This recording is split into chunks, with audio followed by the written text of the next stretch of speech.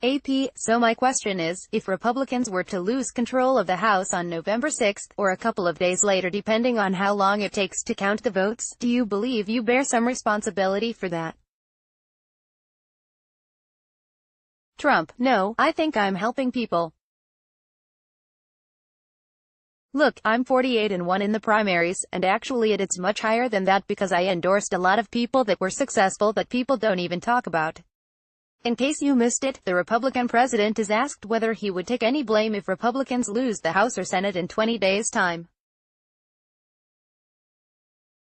He says he will not. Which means, stay with me now, that Trump will blame Republicans if, when they lose the House or, much less likely, the Senate.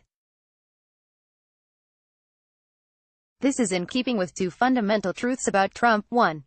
He never thinks anything is his fault. 2. He doesn't associate with people he believes to be losers. In Trump's mind, he wins. He is a winner. My whole life is about winning, Trump told The Washington Post in December 2015. I always win. I win at golf. I'm a club champion many times at different clubs. I win at golf. I can sink the 3-footer on the 18th hole when others can't. My whole life is about winning. I don't lose often. I almost never lose. When his side loses, they aren't his side anymore. Which brings me to what Trump might do if Republicans, as history, polling and most smart, neutral observers expect, lose the House majority in 20 days. He's already given us a very big clue. In an interview last week on Fox, said Trump, now, can we get along? Maybe. And there's a possibility. They want infrastructure. I want infrastructure. There's something that can bring us together. We have a lot of things where there is commonality and it's possible that we'll even get along. One thing I've learned in covering Trump is, listen when he tells you something. And, in the last 5 days, Trump has told us two things. 1, he's not going to take the blame for a Republican election loss, and 2, he thinks he and Democrats could get along just fine on certain legislative proposals. Add them together and it's very clear that Trump is already pondering the idea of triangulation, using congressional Republicans as a foil to make some bipartisan deals with Democrats, and in the process bolster his own standing among independent voters ahead of his 2020 re-election.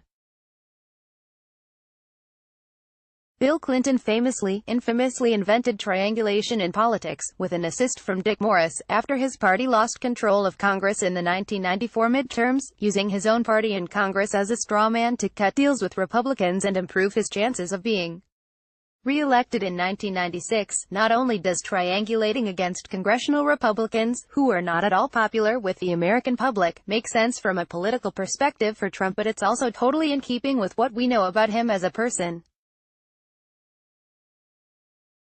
And this is the truly scary piece of all of this for gopers in the House and the Senate, there's almost nothing they can do if Trump does go the triangulation route.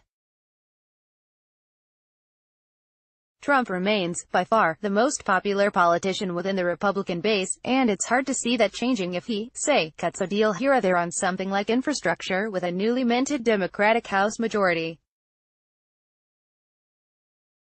Distancing themselves from Trump, it won't work, and B, would be a political death wish even if it did work. Congressional Republicans made a decision shortly after Trump won that they were going to be with him. It's been, generally speaking, a smooth ride, a tax cut, 2 conservative Supreme Court justices, deregulation, etc. If Democrats win the House 3 weeks from now, Republicans may well look back at the past 2 years as the good old days. The ride could get a lot rockier for them from here on out.